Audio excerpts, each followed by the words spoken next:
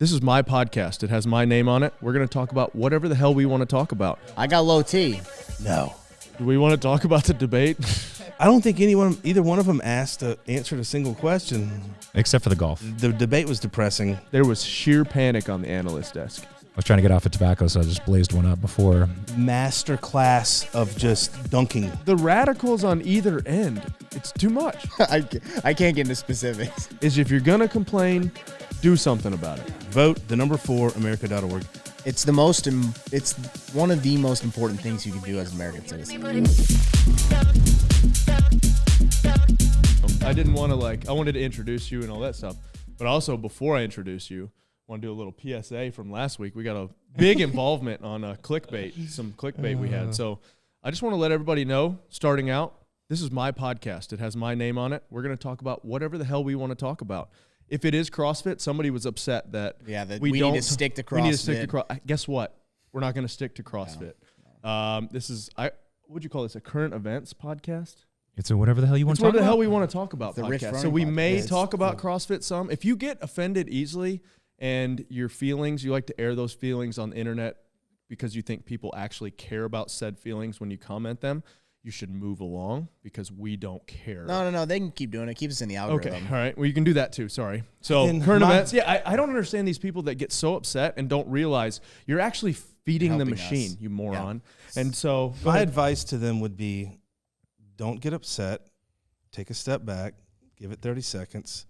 And kind of listen to what you have to say. Yeah. And realize that someone that you actually respect has a different opinion than you do in 1, 2, 3, maybe 4 areas, and try to understand how they think and why they think that way versus being trying to censor and shut someone down. Exactly. That's the problem. Free speech, right? We talked about this with the gym earlier. It's people seem to have lost the ability to disagree, right? And of course, Instagram is not the place for it. Instagram is you're never going to have a wholehearted discussion, break things out. It's not long form. That's why podcast is great, right? Yeah. But yes, to get so fired up about it, it's a sign of the times. Unfortunately, I think is people see sound bites. For me, is having read a lot of these presidential biographies. It's not. We've been doing this for hundreds of years, arguing, but now every asshole has a voice and can air that voice. But even then, I was telling Baker about Team of Rivals. Even then, the most bitter of enemies, they still had some decorum and they still had some mutual respect, and it was they could not have been more up until the Civil War, yeah. but even, no, I'm saying that the book is about the Civil War, right? And they a general is captive, and Lincoln is addressing him, and he's they couldn't stand more opposite on the issue of the time, and yet they still had the ability to hey, be let's stately talk about it, and we can disagree. Hey, we can get along, and still we're joking. We walked in and you didn't like my Notre Dame sweatshirt. It doesn't mean we're not friends and we can't talk. You love USC. I hate USC. But guess what? That's a textbook example because there was nuance, and I was like, oh, I see you're wearing your Notre Dame shirt. And you're like, yeah. And I was like, I don't like Notre Dame. What I wanted to say was I despise that program and everything about them, but I chose not to. Everything you stand for. I was polite. Okay. Yeah. And that's okay. Yeah. You know? So, dude, But if that's you, maybe now's the time to tune out because you're not going to. Because it's probably going to get worse here in the next little bit. Yeah. We got Baker Levitt here, and what I like about your social presence is you're not afraid to back down to some of that stuff or cower to, which I feel like we aren't either. And the older I get, the less I care about what people think about me. Yeah. I do care in the fact of I'm going to live my values the way I feel like I'm supposed to live and how I've been raised and how I see things. And, I read a couple comments and I try not to get into them, and I like to banter more than I actually care or take the comments to heart. But people, try to say that a certain side of a political argument has less brain cells. And, it's I guarantee if we wanted to argue about some stuff, we'd be all right. So, yeah. People get wrapped around the axle, and everyone has a voice now. Mm-hmm. And I think that people it's a byproduct of social media and constant. We live in a world where we have constant external stimulation, which is how often do you find yourself reaching for your phone? Too much. You put your phone down, you pick it back up and open for no reason. Yeah, none whatsoever. You're programmed that way. Yep. And it's instantaneous gratification, and I think that a lot of people want their opinions to be third-party validated instantaneously, and if you disagree with that person, then you're my enemy, and that's just not the case at all. Like, and you're a racist and a bigot. And and sexist and all that crazy stuff. And like, if you think about, you have to give people, and you got to look at this thing from like different generations. So like, the younger the generation, the more rapid they accept ideas and have ideas pushed on them. Yeah.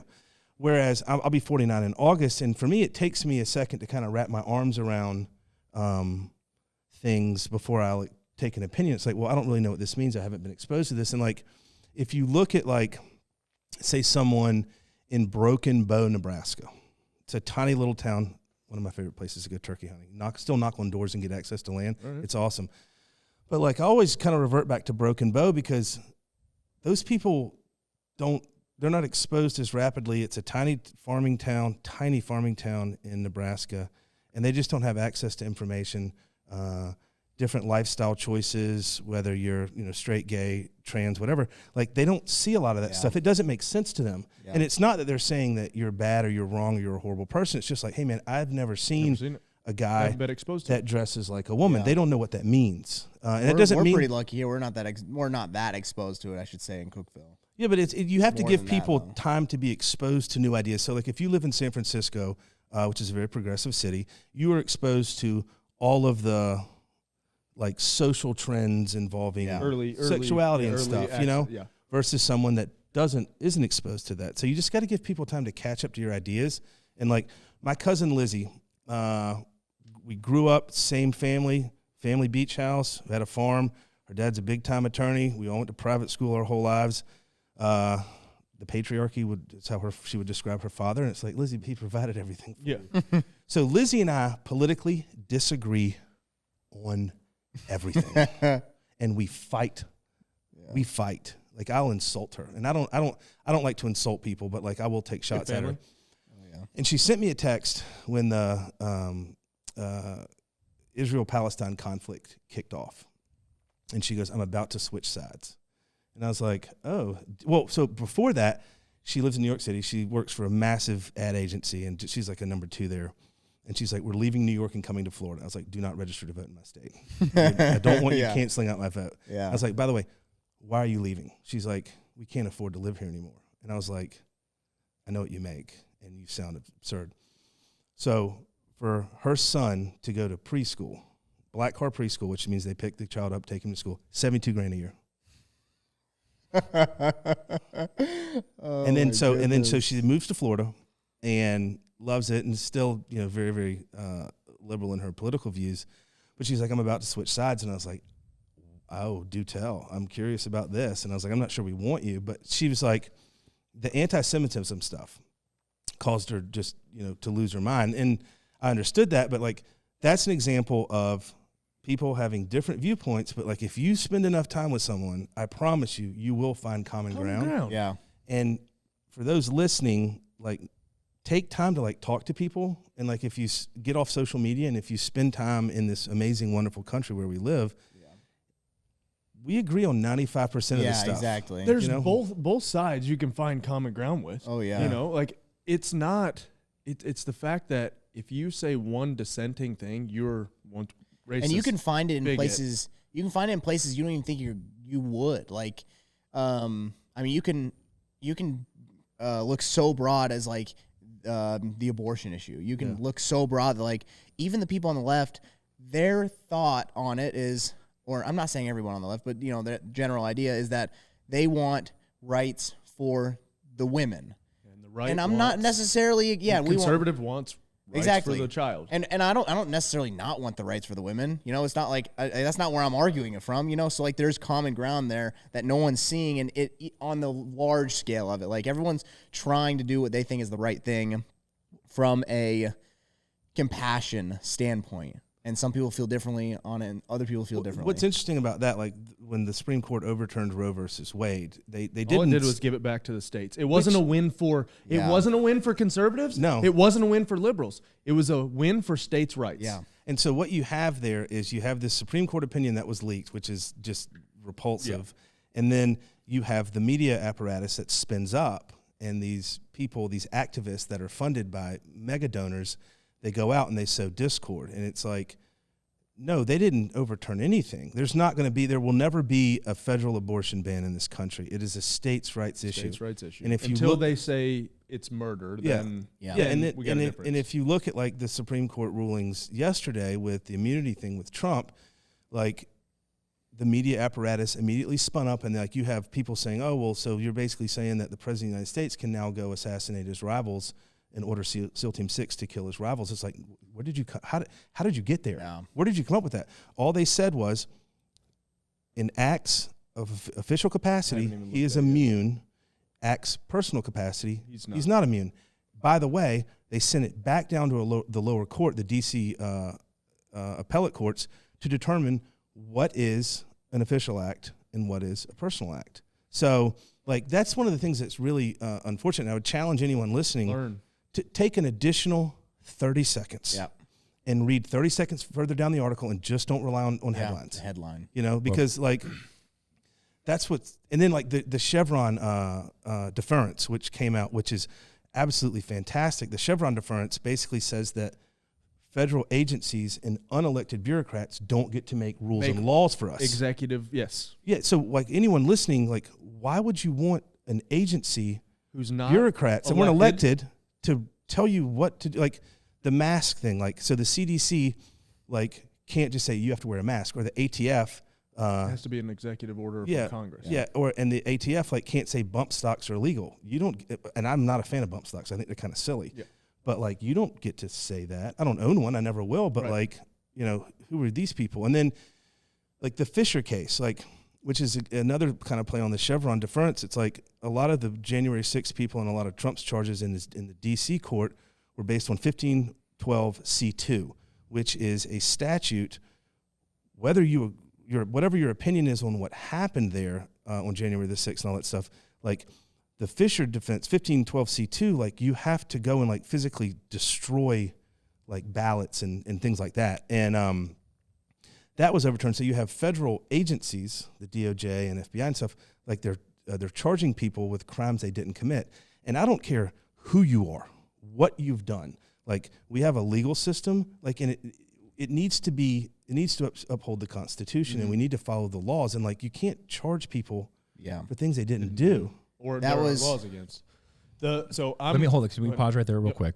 Mountain Ops has combined my two biggest passions, fitness and the outdoors, as well as sourcing quality ingredients. Mountain Ops Supplements has helped me get the most out of my training sessions in and out of the gym. If you want to start taking your results seriously, I've put together a bundle of Mountain Ops products. New and returning customers save 20% on their purchase when you visit mountainops.com and use the code Froning. That's MTNOPS.com, code FRONING. What could happen if you committed 1 year to better nutrition? The RP Diet app provides a virtual nutrition coach and a year of nutrition guidance for less than $8 a month. Take the guesswork out of your nutrition. Head over to rpstrength.com and use the code Froning for a year of the RP Diet app for only $89.99. And just to say, one of the main takeaways already, like, obviously we're going deep on a lot. Yeah.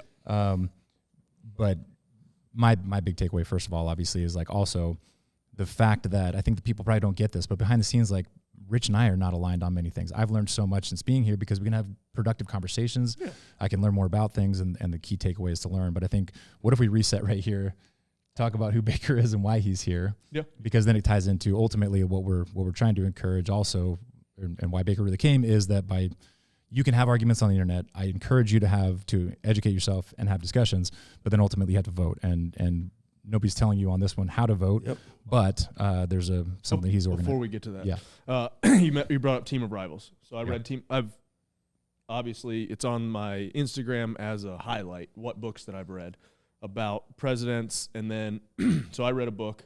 We read the book Team of Rivals, had our team read it.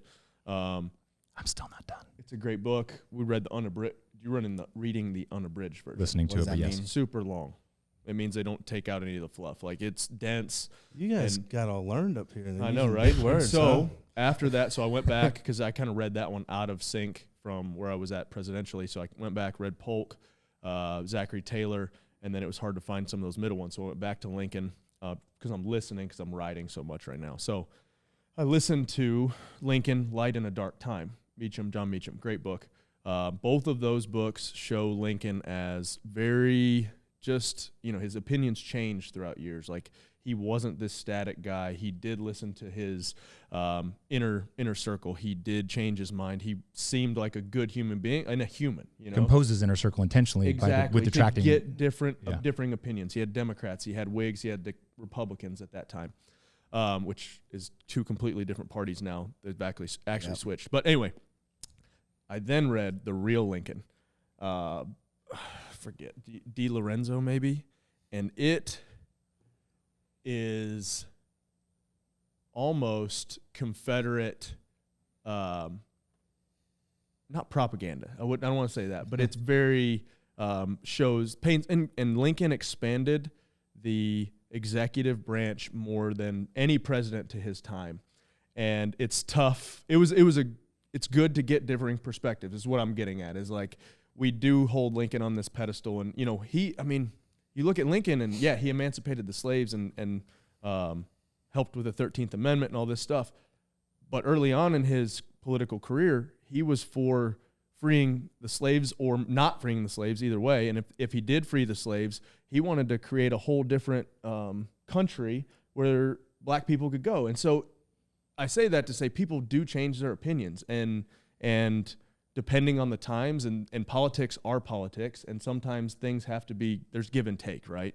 And so, but that book, it was an interesting, he all but, and read the book, don't take my word for it, but at one point, he almost makes a point that Lincoln is the reason we were in World War II and Nazi fascism started. And I was like, okay, that's a bit of a stretch, So it's interesting, like, you mentioned, like, he kind of changed position on issues. I think that's another thing that, like, that is kind of screwy now is like, well, so-and-so said this. Like, Antonio Brown made a tweet today talking about, I think he's hilarious, but what a dynamic athlete. My goodness. Oh, yeah, he was in his heyday for sure. But he made a comment, he's like, about, Trump in the Central Park 5, which was back in the 80s. Yeah. And it's like, that was in the 80s. I need to get out a calculator for that. Because I remember that came out. Ago. It came out like him saying that he was a Democrat, like in the 90s or something. Donald Trump has been a Democrat his entire life. Yeah, and then when he runs a Republican, they were trying to use it as like basically propaganda, saying, this guy, he flip flops. Like, well, look at Tulsi Gabbard. Yeah, you want a guy who progresses with evolves. The times. So like Tulsi Gabbard, for example, Tulsi was she came out in favor of an assault weapons ban when she was a senator in Hawaii. She's in the Army. She's a National Guard pilot, and had to step away because she deployed for a year, and she came back and got out. Now she has switched parties, and she's now Mike Mahalski, who owns Sons of Liberty Gunworks, a very, very close friend of mine. Like, she is actively competing in the tactical games. So it's like, so she was against ARs, and now she's competing with them. You have to give people a chance to like change their opinion, and like the speed at which our society is evolving. Like, look at, my brother's a doctor, and he said the advancements in medical technology in the past 3 years is greater than the previous 50. And then if you look at like all the stuff with AI and robotics and all that stuff, like, things change. Give people time to kind of like get the full scoop and sit on it for a while, and then they'll come around. But like, everything changes, and like, don't hold people to like an opinion they had previously. You mentioned that book series. There's a podcast called The Founders. Mm-hmm.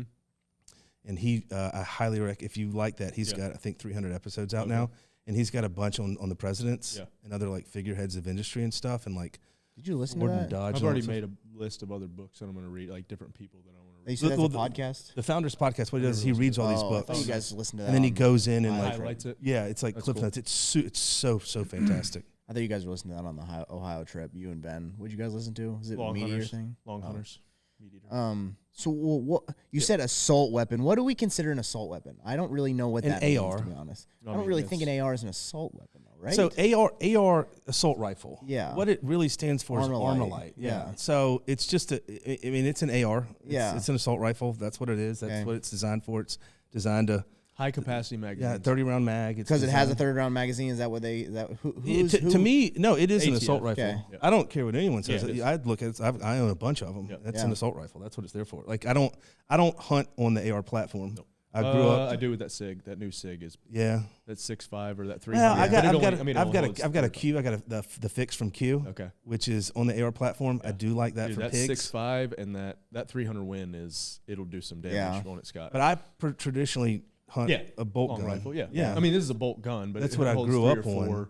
But round mag. But I have ARs for home defense. Yep. I mean, I've got probably 8 I've never even fired. I bet you I've got 4 I haven't touched in 5 years. I've not physically made contact with them. Thing. Yeah, but I have them in case I need them. And that's another thing. Like, why do you need so many guns? It's like, well, it's not like a loaf of bread. It doesn't go bad and you throw it out. Yeah. Or wear out like a pair of tennis shoes. It just stuff sits in the safe. It's an investment too. They don't really lose their value per se. And during the times, it kind of might gain its value. And then it's also the reason this country will never be invaded. Exactly. Ever. No one has any, because you see those the like statistics of like how many guns there are to people in the U.S. and or in any other country, and no one has any idea for the U.S. because you don't know who has how many guns. The reason that Japan did not invade America, one of the reasons their emperor, imperial leader, whatever his name was, they asked him, why didn't you invade America? He said, because there'd be a rifle behind every single blade of grass over there. So yeah, I like it. It's true. It's accurate. All right, Roy, you want to get to your intro? You go ahead and take over the show. Baker Levitt is a long time. We've got CrossFit, part of the CrossFit community since probably before Rich was competing. Got in about the same time. 2009? You were in Huntsville, weren't you? No, Tony was there. Tony was there, okay. Yeah. A serial entrepreneur, correct me if I'm wrong, director of strategic relations for Black Rifle Coffee. Yep. One of the co-founders of Tupood Equipment and also Killcliff. And now you're doing a lot of great work in DC. So there was an interesting layover with all these interests that Rich has and that you guys have shared history for you to come onto the show. And so I met Rich, I think, at the regionals in Jacksonville. Yeah, Jacksonville. And I remember that final workout, which was like 2, 4, 6, 8 or something in a 200-meter run. Yeah. And I just remember going, what is this? I was the only person that could snatch, I think, is the reason. Well, Rory Hanlon. Right. Okay. Yeah. Rory could too. So you and Rory both clean the ladder. Yeah. And then it was like 2, 4, 6, and it was like squat snatch, shoulder to overhead. No, it was like squat snatch, shoulder to overhead, pull-ups, and then run 200 meters or something like that. And like Rich finished, and everyone was like, and there, dude, like Nate Schrader was there. Schrader was there. Rory Hanlon, who actually Spencer Hendel, Mike G. It was a stacked field. Back in the day, those were big names. Russell Berger. Yeah. That's back Ken when G. Ken G. Is this 2010? 2010, yeah. And then Rory Hanlon went on to he made it all the way to Delta. Nate Schrader was a Green Beret, and like these are super fit dudes, very like intelligent how they train. And I just like, and who was what is sectional was what in just Alabama, happening? and then regionals was in Jacksonville. Yeah. It was hot. Man, it was hot. It was hot. It really. How I live in Florida. Florida They take now. from regionals to the games? 5. Do you know who the 5 qualifiers were? Obviously, me, Brandon Phillips, Mike G. Yep. Were the 3. Nate would have gone, right? No, Nate did not make it. It was a muscle ups. The wall ball muscle ups got him. There was a muscle up kettlebell snatch, and then there was a handstand push up lunge double under box jump thing. Yep. That was probably it. Was that the box jump where you could rebound off the top and the bottom? Just 3? Just 3 go? No, because that was back in the early days, man, when they had like it was 3 or 5, something like that. 3 or 5. I remember Brandon Phillips. Oh, Hendel went to Hendel.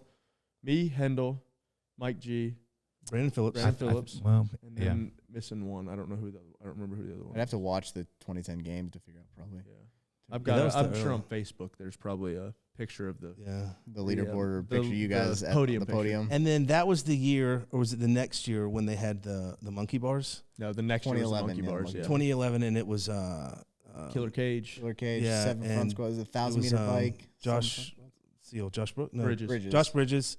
And Ohio boy with the big biceps. Dan Bailey. Dan Bailey, like, walked the dog on everyone at first. And Matt Chan did well, too, I think. And then Josh Bridges, bike. on the final one, walked him down. Yeah, spun around and just, I don't know that I could walk across the monkey bars that fast. It was awesome. That's like, dude, honestly, man. That's right, and Chan dropped off right at the end. Some of my, like, greatest memories were just literally being a spectator at the games. And, like, I have been critical of CrossFit internally, not externally. I think we all have. But like, I literally owe everything I have in my professional career to to CrossFit. Right. I mean, without question. Like, it taught me networking. It taught me mobile customer bases. Like, we started Tupood in December of 2010, and then that spring we started Killcliff, and I realized I could take my Tupood customer base and introduce them to my Killcliff customer base, and like, just a ton of connections, man. Like, it was an awesome time. And they were golden years too. Like, just from like the kumbaya-ness of it. You know what I mean? Like, everybody was so exciting. Yeah. It was so much fun. Fantastic, super, just awesome. Like, but what's interesting is, like, I look at like all of my business experience, like in different companies I've had, and like, the one thing that I've learned, like Black Rifle, for example, too, like, you had Glassman, who, I would say this to his face, had literally failed at everything he'd ever attempted to do in his life until that, and this is like a don't quit type little spiel, but like, he had failed at everything until he was like, until he started CrossFit. And then you take these kind of like wildcat crazy people that just they capture lightning in a bottle. Yeah. And then it grows to a point where the founder, when your revenue like hits like 25 million, 50 million, 75, 100, that takes like a very high level of understanding of how finances work. And it takes a very special person to give up control of their company. And I think, Greg was very reluctant to do that. Took it to like 100, 120 million or whatever. And then it's so entrenched in the way things happen, and they hand it off to someone else. And those people, they're super smart. They've got these massive pedigrees and Ivy League MBAs, and they have these corporate resumes that just knock your socks off. And they just can't seem to do it the way that the crazy guy could do it. Yeah, it's a passion, though, like how much passion he had behind it. I think that's absolutely a lot of what it is. And what's interesting with Black Rifle is that, like, in the early days, and Black Rifle is a publicly traded company, so the numbers I'm going to say I'm allowed to say it. Like, Evan was smart enough to bring on a co-CEO, which was Tom Davin, who was the CEO of 511. And he brought him on to handle the financial side, so Evan could focus on the things that he was good at, and he didn't really relinquish any control, but on paper he did. And like, that's how we went from, 5 million, 10 million. I think we got close to 100. Tom Davin comes in as co-CEO, and we did 413 million in sales last year. Yeah, it's just been completely insane. And the thing with, I never would have been at Black Rifle if it hadn't been for CrossFit, because Tupu took me to Killcliff. Killcliff, we sold that to 2 different VC firms. And then that's how I met Evan, the CEO of Black Rifle. And I never would have ended up at Black Rifle if it hadn't been for CrossFit, So it's been an interesting ride. Yeah, no, it's amazing. And it's great. I love to hear you call it out like that. We've had the conversation multiple times. It seems to be in an unfortunate state now, and I know you're not following it quite as closely. But I agree. My wife's, Melissa's gym, Melissa owns East Ormond Beach CrossFit. She's had it for 15 years. And EOB, they compete in local throwdowns and stuff, and they all do the open. Right. But like, I've never seen a community quite like that. She has her gym for the reason that it was originally invented. Yeah. Right. And it's fantastic, man. It's super awesome. But like, I don't excuse me, I quit I lived in Washington State for many years, and girlfriend at the time was Kelsey, who was on Marysville's team. And like, we went our separate way. They didn't qualify. One of the guys on the team popped a drug test, SARM, and they didn't go in 2017. Any year I quote for those listening, give me plus or minus 2 years. And that's kind of when I stopped following the sport. It's kind of the peak of it. Yeah, I kind of 17, 18, and then it kind of drop off. Well, the thing, in my opinion, dude, the drop off was regionals used to be 60 athletes. Yeah. And that was 60 or 40? 60. The super regionals, and 16 to 17. No. This is, dude, this is 2013. Dude, it was 60. Well, sectionals or whatever they had before, there were 78 athletes. Yeah. Because anyone when could sign I showed up, that was like you could just sign up, and it was 78 athletes. And then they went to 60 athletes qualified for regionals. Mm-hmm. And that was when you had full strength, full tilt boogie, sugar in the Kool-Aid. Yeah. Because what you had a lot of people that had regrets about how their athletic careers had been up to that point. And it's like, man, if I'd have had someone pushing me, maybe I could have accomplished more in sports. now they're more mature, a little bit smarter. Oh, there's an opportunity here. And like you had a ton of people in every single gym vying for a spot at regionals. They didn't care about anything else. Was if they could make it to regionals. That was their Super Bowl. That was their World Series. And so the communities in the gym, I think that's when the communities were strongest. Fundraisers and T-shirts and like because your regional was close, always relatively close, and pretty people much would show up distance. and gyms would show up in mass to support their teams, and then they went from 60 to 40. Yeah, and they cut the regionals in half, so then the 20 from each. Yep, and then it was just a super regional, so it wasn't quite as close either. Less and less sugar in the Kool-Aid. Now they had to do that for financial reasons. Which I understand, but there's a I call it the gray box, and there's a time and a place in a company's trajectory when you have to make really hard decisions. And that's from like kind of startup and like everything's great. Black Rifle, for example, from the time we went public, like there's a window from when we went public, there's a gray box, and all the decisions you make in that determine how the company will progress going forward. And we did, in the very beginning of the gray box, we made some stupid decisions, but like ultimately we did make the right decisions, and that's why we went public, and the company's doing great now. But I think CrossFit, that gray box had a turd in it. Yeah, I think the problem was like it was like a perfect storm in 2019 where like Greg changed it, flipped it on its top pretty much 2019, and then COVID happened the year after that, and he gets basically kicked out, and now those 2 years where he made weird decisions in 19, total change of ownership 2020, and now it's like there's this huge change that almost no one could have done anything. Yeah, and then about. that company with Chris, whatever his name is, that guy bought it. Rosa, Yeah, and the thing that's fascinating is, the true definition of a master, and I think you guys did a great job at HQ back then, was you made your jobs look really, really freaking easy. Bill Henninger, Rogue, putting on the games. I could do that. That looks super easy. So Mother of God. Yeah, it'd be awful. And so you have people, they're like, man, I've run a multi-billion-dollar company. I have an MBA from Stanford. I'm surrounded by high-level executives. Yeah, Rory did so good that they ended up kicking him out. Yeah, absolutely.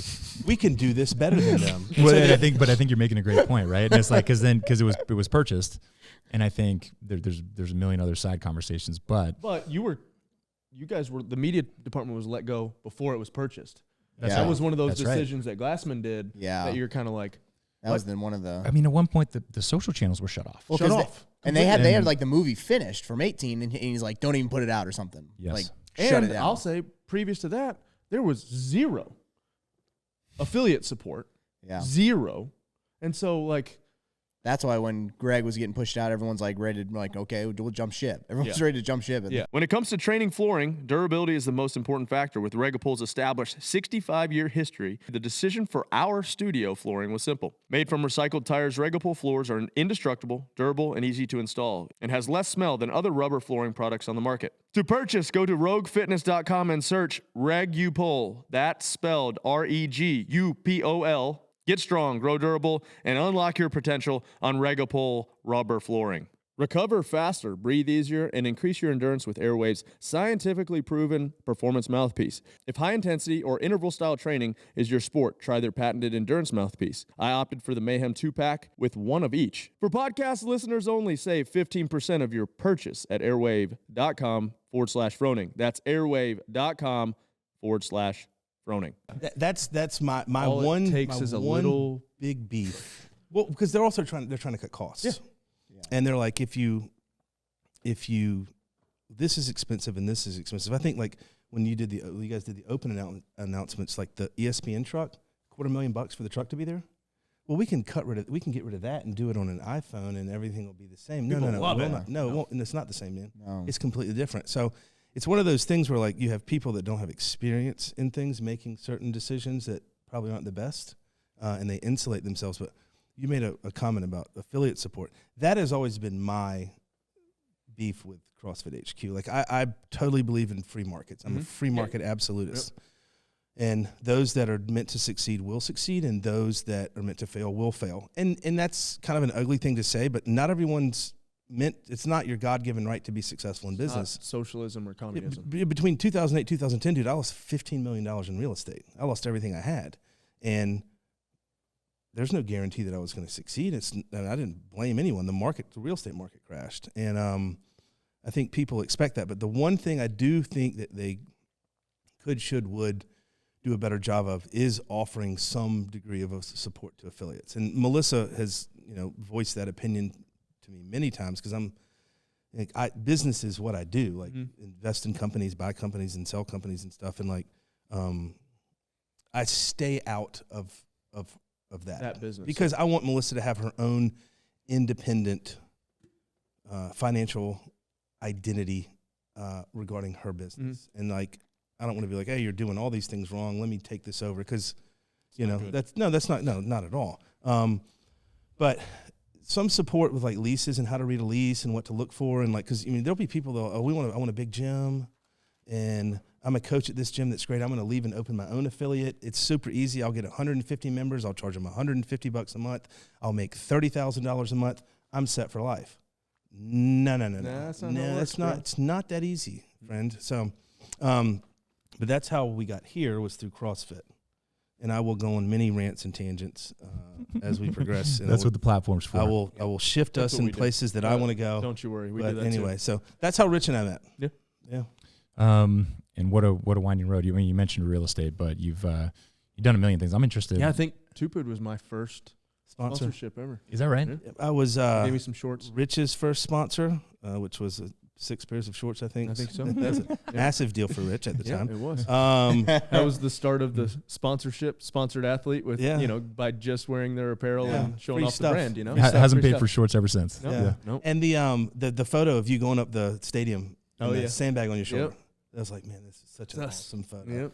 Yep. Little do we know, looking back now that we're all older, wiser and stuff, it's like there's a lot of value in that image. There is. And the funny thing is, like, when back then, like, why would we pay a photographer to take? Like, why would we pay you to take pictures? Yeah. What do you mean you own this photo? No, that's crazy. No. That's not how this works. And then you learn, like, as you progress through companies and stuff, like how intellectual property works. Oh, you signed up for the Open? They can make a movie out.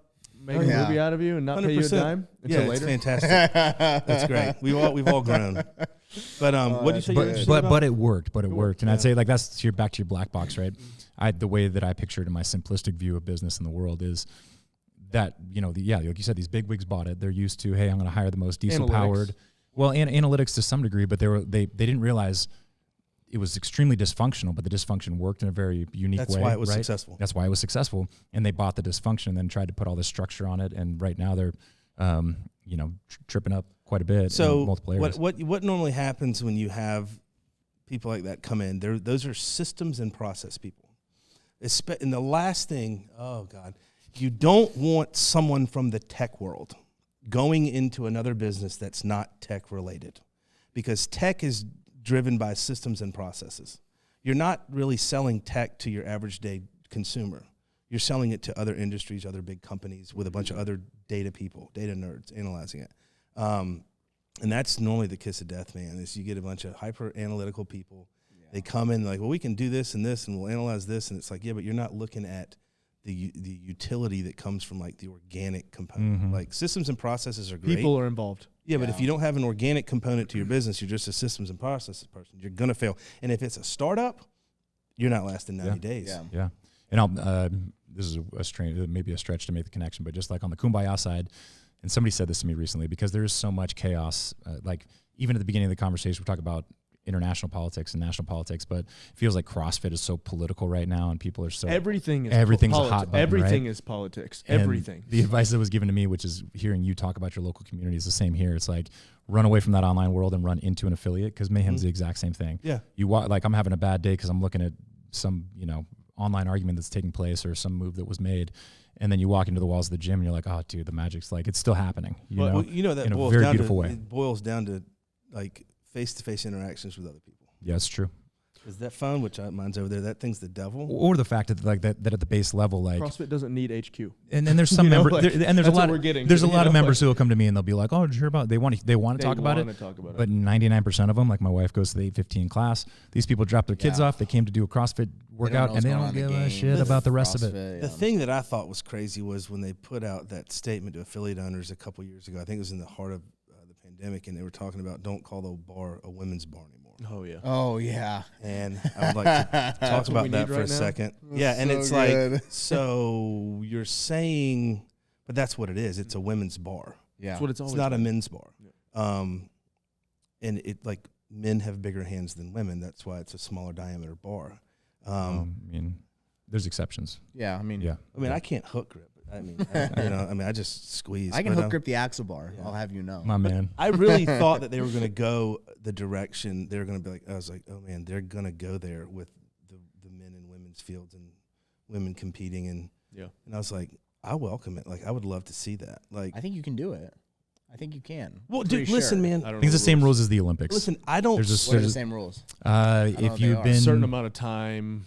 And certain levels that you have to hit testosterone-wise, things like that. I'm talking out my ass because I don't know. I got low T. I'll take it. I'll run with that one.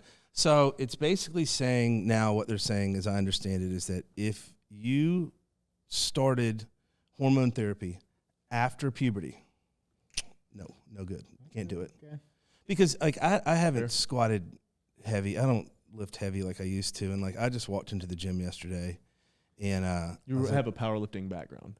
Right. I did it for a few years, and USAPL, no steroids, just recreational. And I just was like, I'm gonna work up to a heavy single, and I did 405, and I was like, hey Melissa, come over here and record this.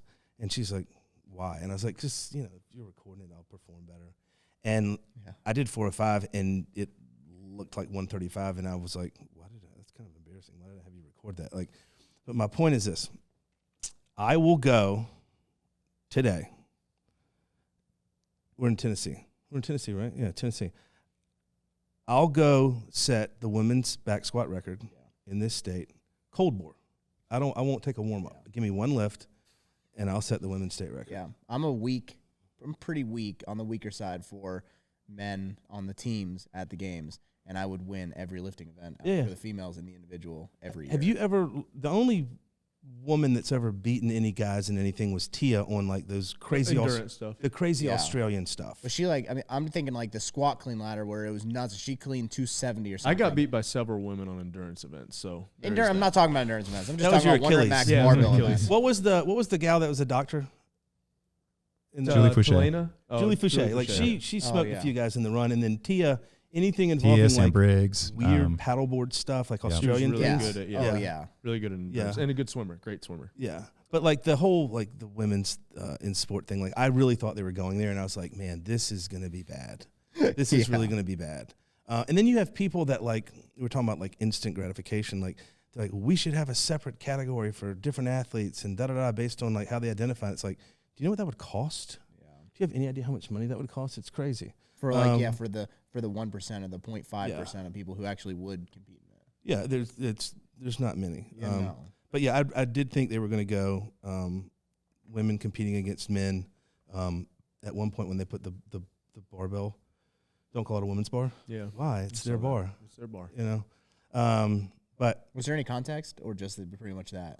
I read those two sentences and I was like, I'm not. I don't want to get. This is contagious. I'm not reading this. Yeah. Pollute my mind. I don't want it to change my opinion. Like I think they came I in. want to like CrossFit. They had like a diversity gal there, or like an HR diversity gal that came in and was like, "This is how things should be." It's like, who are you? Yeah, I kind of blocked out that whole time, 2 years of it. Yeah, and then that dude had like a mental breakdown or something. Yeah, Rosa. Yeah. Oh, really? And I think that was unifying more than anything else. Like in all of the trans athlete debates, like I think that even CrossFitters who are not conservative were like, that doesn't make any sense because this is what I. But the crazy thing about that is like I have never come across a person that supports that or agrees with it. Not one.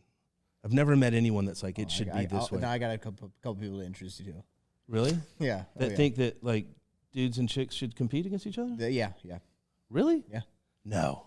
Yeah. Have they ever competed in a sport? Yeah. I'll introduce you to them today if you want me to. Dudes or girls? It's a girl. What's her sport? I can't get into specifics. I'm confused. I want to know who this not is. Here. I want to know who this is. I can't. You guys will all thank me that I didn't. Oh, These guys will thank me that I didn't. I think I know who you're talking about. Yeah. That's another crazy thing. But like my opinion on that was like that big movement about men like Leah Thomas and stuff. And I'm not shitting on anyone. He's not even that good though, right? So it's interesting, like what's the Serena Williams, the sister? Serena Williams. Yeah. Who's one of the about her greatest yeah. female tennis players that's ever played the game. She played like the 200th ranked male in tennis. He beat her in straight sets. Yeah. And she's like, they just hit the ball faster, they're faster, all this crazy stuff. I haven't seen it. Because there was an interview where they asked her about it, right? And she was absolutely. She's like, I think it was before, she's like, oh yeah, they would destroy me in like no time. I wouldn't win anything. Yeah. And then I guess they did it. But what's really interesting about all of that, and this will kind of lead into some of the consulting stuff I'm doing in DC, which is actually really, really fun and depressing at the same time, is like all that was here going on, all this chatter. And that's just, no one really believes in that. It's a distraction. Yeah. What's going on over here? What's going on over here? It's like someone's making salami over here, and you don't know because you're distracted by this. Yeah. It's so absurd. It's such a polarizing thing, and I think 0.004% of the U.S. population identifies as trans, and that's literally 1.4 million people. And what was going on over here was what was happening down in Texas, Arizona, and southern border. It was a distraction thing. So it's kind of crazy, but I'm glad they didn't go that direction, and I think a lot of that stuff is kind of going the way of the dodo bird. Like it was a flash in the pan. Tractor Supply just came out, said they're going to concentrate on tractor supply. The other day, they went through. They're like, we're getting rid of this entire department. Like we're doing these things. These are the 10 steps instead we're taking. Of trying to hit certain. You know what I think is interesting for like detracting sentiment. Did you guys hear like the rant that Jillian Michaels went on recently? Who's not always been a fan of master class of just wild. Dunking. This is a lesbian female with an interracial, half Arab. With an interracial child. She hates CrossFit too, right? Is that yes. the one? Yeah, but she was the biggest loser with Bob Harper. Bob Harper. But she's leaving California, and the way that she verbalizes and talk about it was like too far. It was wild. Yeah. She said, she goes, she's like, I'm a lesbian, I'm a female, I'm a Jew, half Arab, interracial children. And she said, I have every card to play in the diversity game of poker. And I'm not playing any of them. It's too much. It's gone too far. We're leaving California. It's completely insane. Like, I've always thought she was the B word and just kind of a mean-spirited, angry woman, especially when she talked trash about CrossFit. Back in the day, someone criticized CrossFit, you'd be like, you son of a bitch, how dare you? You suck. Yeah. How dare you say that about us? Yeah, that superseded politics. It was like, you said what? What's your Fran time? That was the ultimate comeback. And then everyone had a sub-3 Fran time. I didn't know all that about her. So Biggest Loser is checking a lot of boxes by having her on the show, huh? No, this was back in the day before there were boxes to check. Yeah, before they had to check the boxes. I didn't know her statements were recent. I didn't know the radicals on either end, it's too much. Like both sides. Like if you're too far of a radical, like you just can't talk to either side. Exactly. Oh, yeah. You have 20% on the left, 20% on the right, and 60 in the middle. Bell curve. 60 in the middle. Yeah. Like that's who really matters. Mm-hmm. Like these people over here. You think it's 60% in the middle? I think you may have 10 and 10. We were talking about it at work. 15-15. I would say on the far. I think the far left is a highly organized, very well funded group of people. Yeah, and they're very organized in how they go after things. I would say that's 20%. Okay. I would say the far right, which I'm not a fan of either, is at probably 10%.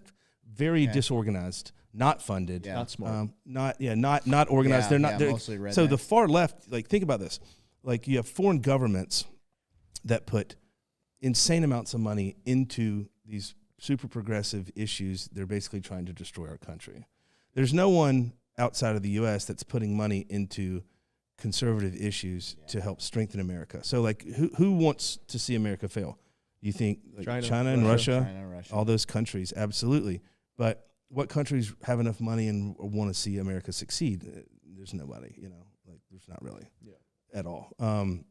But yeah, the DC stuff, man, that just kind of came out of nowhere. The political stuff, I got asked to come up there to speak as a subject matter expert on censorship on social media as it pertains to conservatives, which is very, very real. What is that? How do you make? What are you?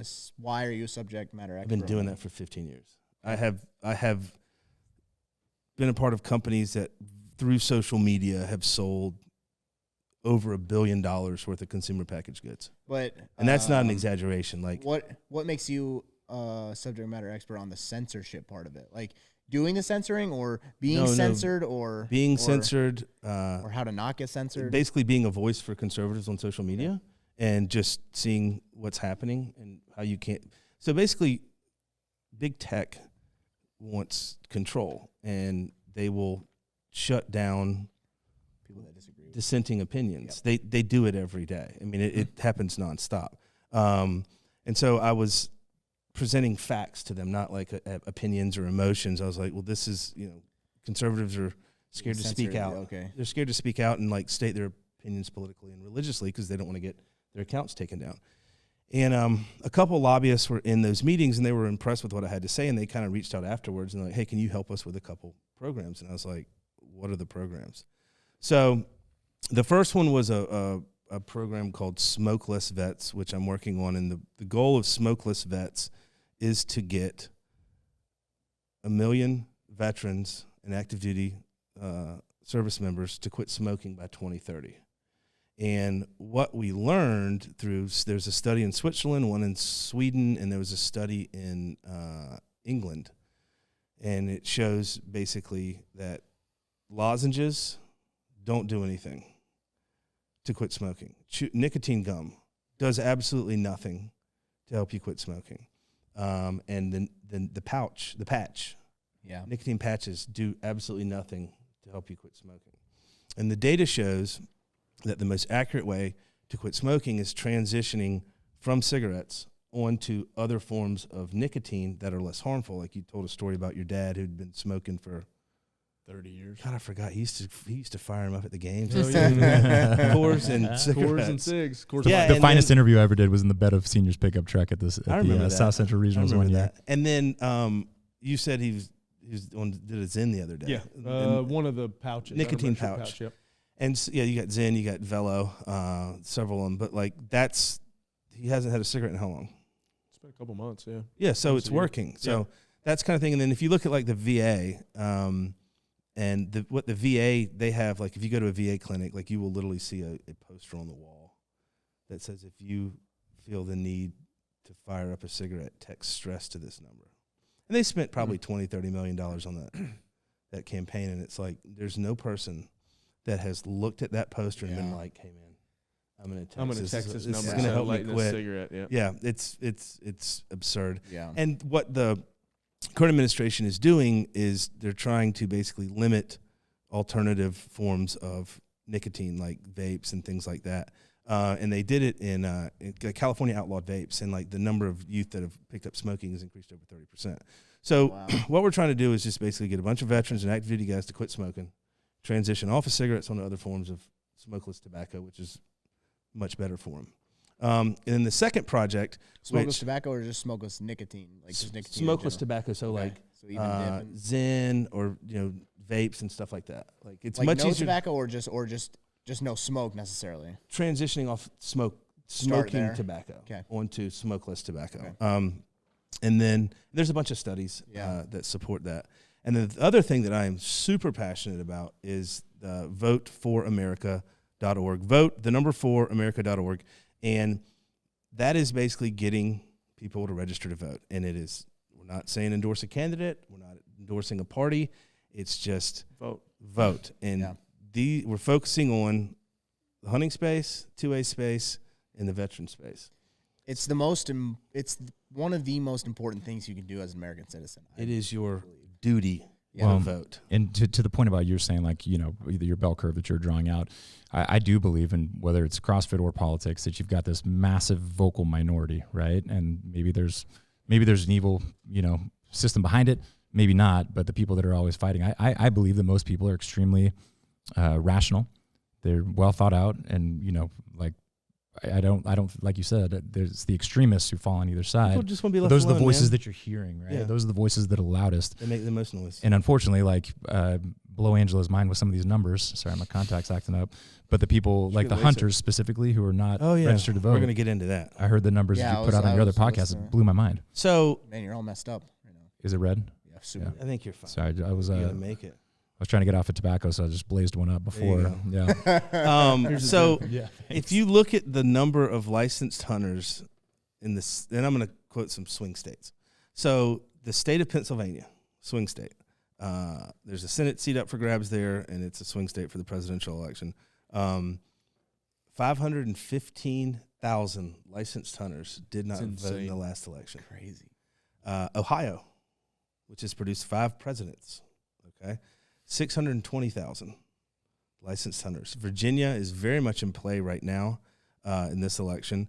That's 277,000 licensed hunters did not vote in the last election.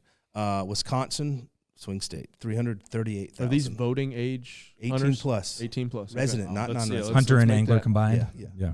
And then Michigan, which is, I think, your home state. Yep. Motor City bad boy. 270,000 licensed hunters. Florida, my state, 639,000. Texas, 669,000. One of the crazy ones was Illinois, 270,000. It's this because you think it's during hunting season, or no? I could. I mean, I think I heard that clip that Rory sent from one of your podcasts. I could see that being an issue, but I don't think it's an issue with that many people. Montana maybe in the fall, guides and stuff. Montana has a population of like I think roughly 1 million people. Mm-hmm. So Montana's like 58,000, but it's also a much smaller state. If it was as big as Georgia, and Georgia's 350,000 licensed hunters.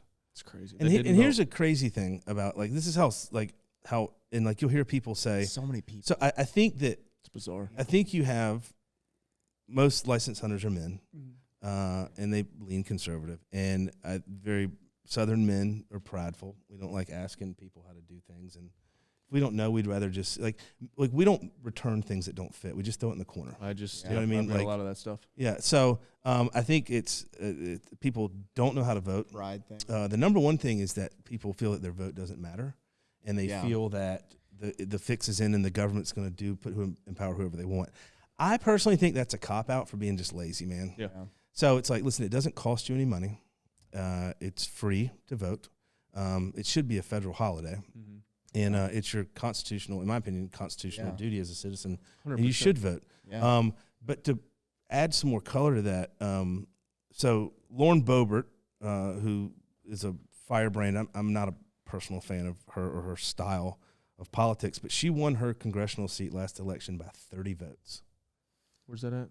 Colorado. I think she's in the 3rd district of Colorado.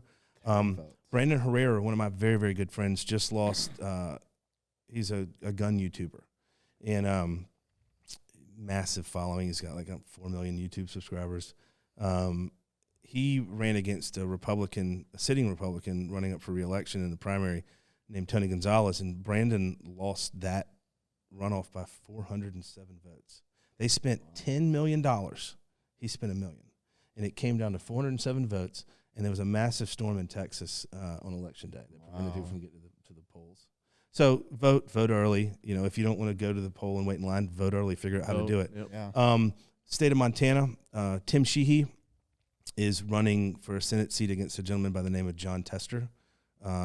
Sheehy's a Republican, Tester's a Democrat. And that race will come down to about 3,000 votes. And that will be the most expensive Senate race in the history of this country per capita. Really? The amount of money they'll spend on that race based on the overall population. Yeah. Dave McCormick, who's running in Pennsylvania, that Senate race will come down to about 4,500 votes. And when you think of 515,000 licensed voters, that's not much. And I'm not telling you who to vote for. I'm just putting some color, like how small these margins are. I think the last election, the current you can lose more than that with a bear post. Yeah. This is so true. Joe Biden won. I think he won Georgia by 11,000 votes. It's a state with a population of 19 million. You know, allegedly. But it's super interesting. Like how small the races are, how important your vote is, and it's not just. My challenge to people is like it's not just register to vote. It's you need to go out and you need to find one person that didn't vote and take them to the polls. Yeah. Mm-hmm. Force them to register. Because the margins are so small.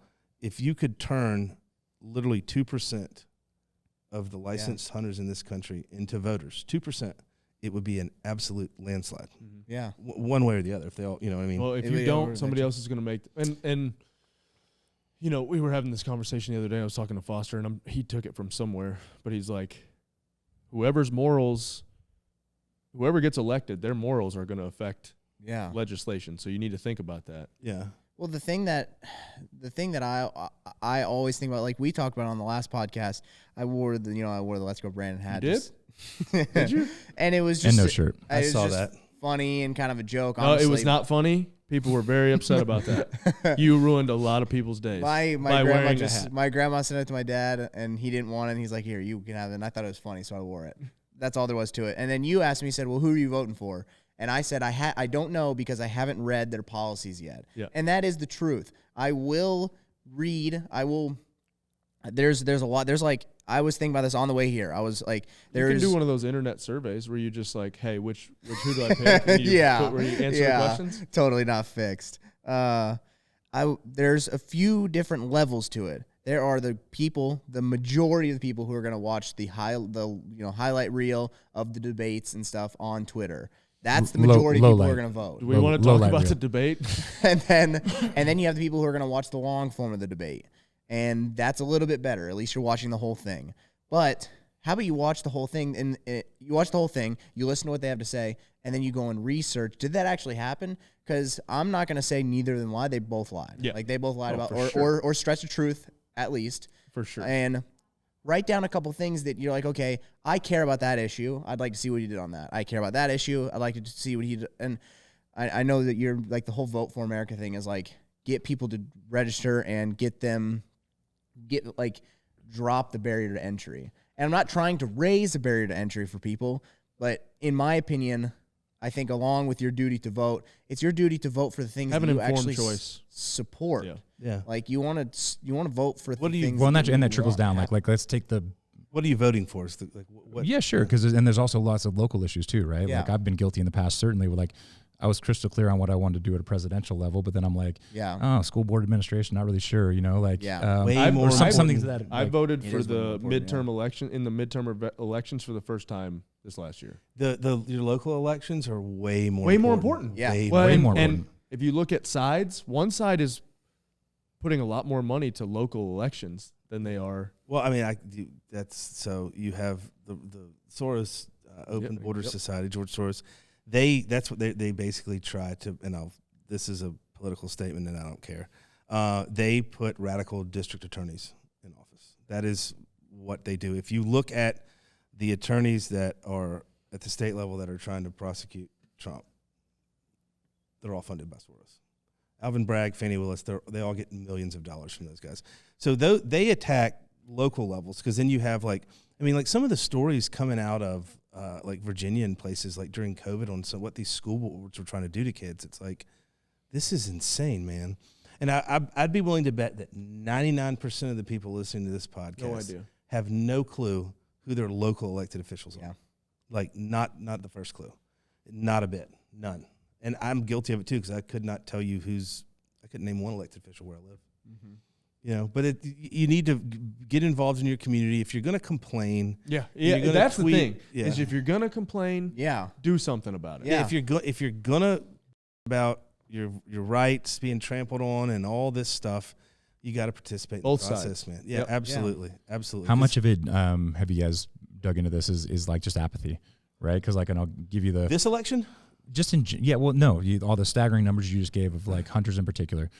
I'll draw it into the CrossFit world. When all the chaos is going on, like, oftentimes, like, my instinct or my mechanism is to just focus on what I got going on, focus on my family, like, focus on my work. What you can, and what you think you can control. You just turn that off, like, it's just like it's unhealthy, whatever. But like, so I think there's this apathetic view too, because I don't think anybody showed up. I don't think anybody watched that debate and wasn't watching through like a split finger, right? And I'm talking about both sides. Absolutely.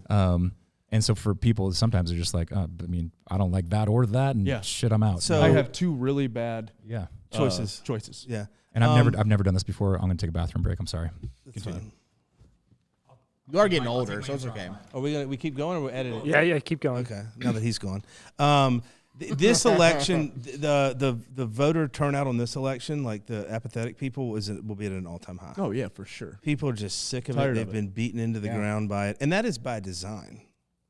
It is absolutely by design. Like, everything that you see, everything is planned, everything is done on purpose with a very specific reason, and they want to drive down voter turnout. They want people just so disgusted and sick of politics they just don't care anymore, and they wash their hands of it. Yeah, tired of it. That's basically what we're seeing. Like you will see in this election, what I've learned from the people I work with, like there's a bunch of never Trumpers that will vote on down ballot issues like Senate and House races, but may not vote for Trump or Biden. Yeah. Like I think we'll see that. I think the down ballot But they don't stuff, even put a vote they'll in vote or for write the Senate. in. Yeah, they'll just skip over it. Who was it? Kanye? Was it last time? Somebody wrote he was in on there. Yeah, so you'll see a lot of that, I Wow, think. that's crazy. And so it's basically like you see what Trump does is he energizes his base a lot. Gets them fired up. Yeah, gets them fired up and he solidifies that base. But like that doesn't necessarily, in my opinion, draw moderates over to him. It doesn't. No. You know, turns because some off. you're talking about that debate the other night. I mean, That was awful. That's what we got. That was awful. That's what we got. It's a horrible job, though. No one it's wants the most thankless job ever. No good person, no sane person would. Why would you want to be president? How many people did you grow up with that you know today? I think we talked about this. Who want to run for president? Who do you know that you came out of elementary school with? Said, I'm gonna. In elementary school, you may have heard that I want to be president.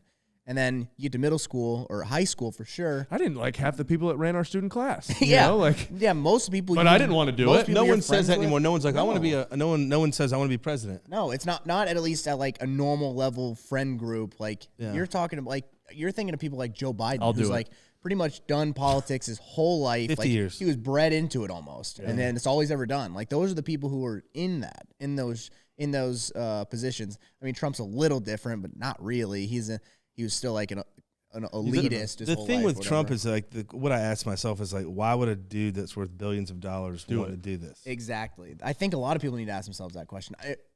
And I think he's doing it for the right reasons. I think he is one too. man's opinion. I think he is too. I think he sees a lot of things he doesn't like and he thinks he can fix it. And that debate the other night, like on one hand we had someone that just didn't belong up there, and then on the other hand, like I don't think either one of them answered a single question. They didn't answer one. But here, my issue with a lot of it too is having read these presidential biographies and knowing what the executive branch was set up for. Those aren't presidential issues. No, half of them are not anything the president should have anything to do with. No, that's what drives me. And a lot of times they really don't, except for the golf. The golf, true. Yeah, they got to play a lot of golf. Let me say one of my most favorite interviews ever, and I don't care what you think of George W. Bush, whatever. The interview he did where he's talking to the reporters about whatever terrorists, and then he turns around and he goes, "Now watch me hit this drive," and just walks up and tees it off. I met W one time. Good. One of the coolest people. Good old boy. Good dude. Good storyteller. And, everybody want to paint him as this idiot. He was sharp. Talking to him. You don't get to the highest. No, you don't get to. land. No, that's what I'm learning in these biographies is, But the thing, Rory and I were talking about this earlier. Like, I mean, I've been around the world a dozen times, and, it's like, Rory, how many people have you spoken to over the past decade? And you too, like thousands of people you've interacted with. Have you ever met anyone that talks like Trump? I hadn't. No. I have not. No. Like he'll string together like 3 adverbs in a sentence, like back to back to back. Yeah. But the debate was depressing. Yep. That one hurt me. Yeah. It's just a fight. Like you're watching like them fight on stage. It's all personal. There was no discussion of substantive issues Exactly. whatsoever. Did you see the comparisons to like former president debates from like 2012, Romney and Obama? 2006, any of those, and how they conducted themselves and talked about issues compared to this one? Exactly. It was crazy. I did see nuts. the 2019 or 2020 Biden versus himself now. Yeah. That's crazy. Scary. Slowing down a lot. So Melissa's mother is in a memory care facility, and she walked in. I was like, debate's starting, and I'm screaming at the television because I like to scream at TVs because I have an impact when I do that. It makes a difference. Do it at football games especially. Oh, you should see me. Georgia plays. Hillary gets so mad at me. Scream and yell at the television. And she walked in and watched literally 3 minutes. And like this, you can look at someone's face and tell when they're hurting. And it just like gave her flashbacks to her mom and stuff. Yeah. And she was just like, I can't watch this. And she went and got in bed and read. It was bad when CNN, I left it on for about 10 or 15 minutes. Still going after him. They were freaking out. Yeah. There was sheer panic on the analyst desk. So, which is super interesting. This is another topic we can talk about. You hear all these people saying, like, he's going to step down, he's going to step down. And for those listening, I want to explain how that works, okay? So the Democratic nominee needs, I think, roughly 1,100 1,100 delegates to secure the nomination. Biden has 3,000. Those are his. He controls them, all right? And then they have a substantial war chest, and that war chest is the Biden-Harris campaign. It is their political money. It's not Joe's. It's not Kamala's. And so Biden would have to voluntarily step down. And then if he were to step down, the money in that war chest is now controlled by Kamala Harris. Her alone. Yes. Now keep in mind, like, if he were to step down, is he going to step down as the nominee and still be the president? Because if you're not stable enough to run for office, re-election. Yeah, why are you still in there? Are you stable enough to be the president? Like, what's going on? And they can't. So then she would have to decide to give the money back or give it to another candidate, and she's not going to do that. So can she get another vice president and try to use that money to run? Yeah, but who? Yeah, but but you have to look at. So I think, as I understand it, the three people the names you hear floating around are Gavin Newsom, Gretchen Whitmer from Michigan. I do not like that one. Aunt Gretchen is what my cousins call her. Call her what? Aunt Gretchen. Aunt Gretchen? Because they wouldn't let her out of the house during COVID. That's funny. And then Michelle Obama. Yeah. So the Obamas, if they were to say, so the Bidens control the DNC, the Obamas control the media, right? And those two parties do not get along. They don't like each other. And you got to look, could the Obama, Michelle and Barack, could they stand up to the financial investigations that would come their way? So they're very wealthy people right now. Whether you think they deserve it or not, like, they are. They got it. Do they want to wade back into the fray? And then Congress and the Senate, they're going to investigate every dollar they've brought in. They've got dealings, I'm sure above board, with foreign governments, and they've got stuff on the table now that they're working on. So it's not as easy like he just steps down to the DNC at the convention, says we don't want him. But this is the thing you got to keep in mind. You mentioned seeing him from the first debate with Trump to current. So when that Lewy body dementia roller coaster starts for you, you tick up, you crest that hill, and it is a race to the bottom. Yeah. 4 more years. Remember what he looked like at the State of the Union? Yeah. He was juiced to the gills, and he was fired up. Yeah. All right? Screaming and yelling. And I thought his State of the Union address was a political campaign speech. It wasn't a State of the Union. Yep. But what is he going to look like in November? September. Yeah. No, September. Yeah. And then what's he going to look like in November? Like, I don't know. How are they going to keep him together? Yeah. You can only put so much. It's amphetamines. But here's the thing that's interesting. He's getting the best stuff we got, like with regards to like medicine, the cocktail he's getting. Because presidents all lived like into their 90s, like they, you know what I mean? Like they all live forever. But I don't think he's going to leave the race. I can't imagine him. Like, and then you got to think like with Jill, his wife, the first lady, and like his son Hunter, like, and then also all the people in his sphere that work in his administration. If he steps down, they are unemployed that day because they don't have jobs anymore. And then what do they do? It's like the Biden party and the Kamala party, like they don't get along either. You know, so Kamala wants all her people, her loyalists. Yeah. The Biden people, they're like, no, he's doing a great job. Stay in power, stay in power. It's just a big mess. What I heard from, I believe it was Ted Cruz who said that like at him stepping down, that idea really to get him to step down, they almost have to come at it as an angle of like, hey, you've done a great job as president, and we like we like you as a president, but we don't think, like, based on the numbers, we do not think you're going to beat Trump, and we think Trump's going to beat you and reverse pretty much everything you've done and basically wash your name off wherever you thought how high it was. He's going to drop it back, change everything you've done, and then you're going to be labeled as this shitty president. Talking about his legacy? Yes. Basically thinking he's going to destroy his legacy. Rational thought, but the people in D.C. are there for two things. They're there for money or they're there for power. And most of your elected officials are are power people. And then the people surrounded by them and your political operatives, they're there for money. Yeah. So you're not going to talk them out of listen, power. man, they're also, these people are like serial narcissists, man. Oh, yeah. Like you have to be, I think. So we had a Molly who worked at Black Rifle. She was a senior VP of marketing for many years. She came from the political side. She worked on in D.C. and her husband was heavily involved in the Trump's last election campaign. He's like Brad Parscale's number 2. And I was like, Molly, explain this to me. Like, what is this with these Explain people? It to me like I'm 5. These politicians, I don't get this. She goes, it's quite simple. Every politician in D.C. feels that they are more equipped and have a better understanding, and they have a better way for you to live your life than you do. Yeah. And my thing is, I just want to be left alone. I want to pay my taxes. I'm not going to break any laws. I'm going to be a good, upstanding citizen. And I want the government out of my life. Mm-hmm. I don't want to be bothered. I don't want mandates. I don't want to be told what to do. Yeah.